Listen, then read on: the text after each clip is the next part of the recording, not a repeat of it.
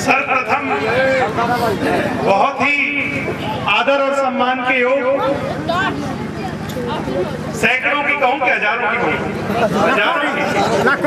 हजारों की और दिखने वाली लाखों की, लाखों की संख्या में यहाँ पर मौजूद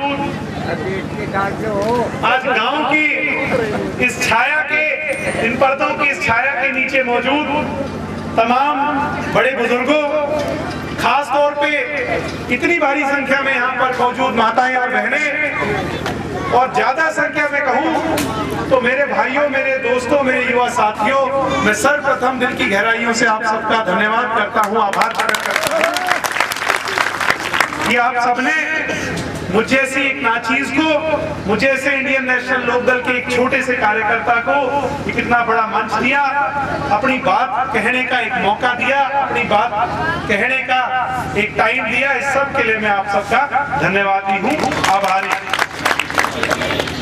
जो पगड़ी सम्मान सूचक आप लोगों ने मेरे सिर पर रखी गांव की तरफ से, उसके लिए भी मैं आप सबका धन्यवादी हूँ, आभारी हूँ, और एक विश्वास आपको उस पगड़ी के लिए दिलाना चाहता हूँ कि वो जननायक चौधरी देवीलाल जी की पगड़ी है। इस पगड़ी को कभी हम झुकने नहीं देंगे, ना तो झुकने दी है और ना कभी झुकने देंगे।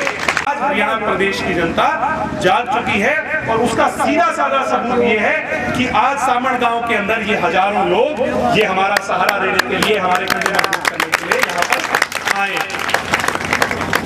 ये 3-4 आरोप हमारे पे लगाए गए, 3-4 आरोपों के अंदर कोई भी ऐसी सिद्ध नहीं हुई, मगर फिर भी कोर्ट को, अदालत को भी दबाव के अंदर डाल करके इन्हें फैसला सुनवाया और एक 80 वर्षीय अपाहिज व्यक्ति जो कि 70% अपने शरीर से अपाहिज है, उसको जेल में डाल दिया गया। दुख हमारी आत्मा को सिर्फ और सिर्फ इतना, इसके सिवाय हमें कोई दुख नहीं।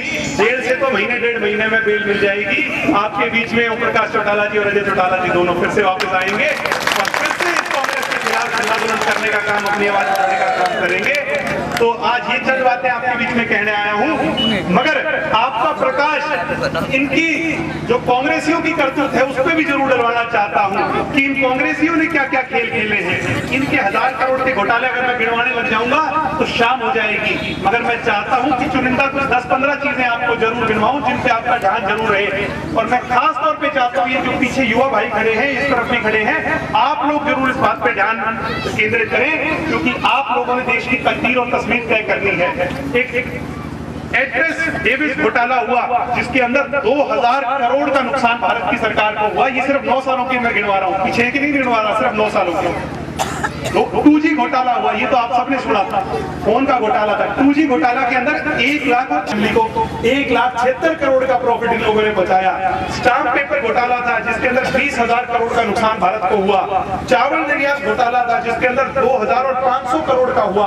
आजकल ये उड़न खटोले वाला घोटाला है जिसको हेलीकॉप्टर घोटाला ये कह रहे हैं। इस हेलीकॉप्टर घोटाले के अंदर 500 करोड़ का घोटाला तो सामने आ चुका है और बाकी आना बाकी है।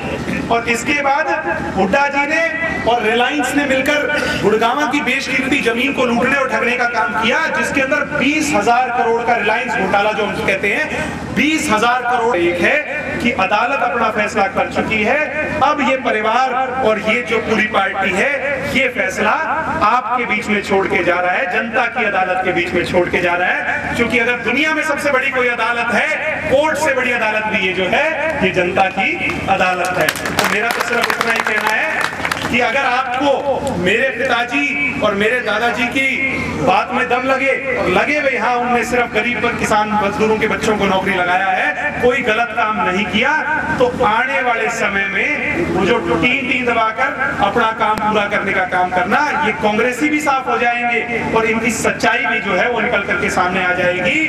ये जो भाई लिस्ट की बात कर रहे थे, लिस्ट जनता ने अपने मन में बना रखी है। ये लिस्ट जनता जो है अपने आप इन कांग्रेसियों को दिखाने का काम करेगी। मेरा सिर्फ आपके बीच में इतना ही यहाँ आने का मकसद था।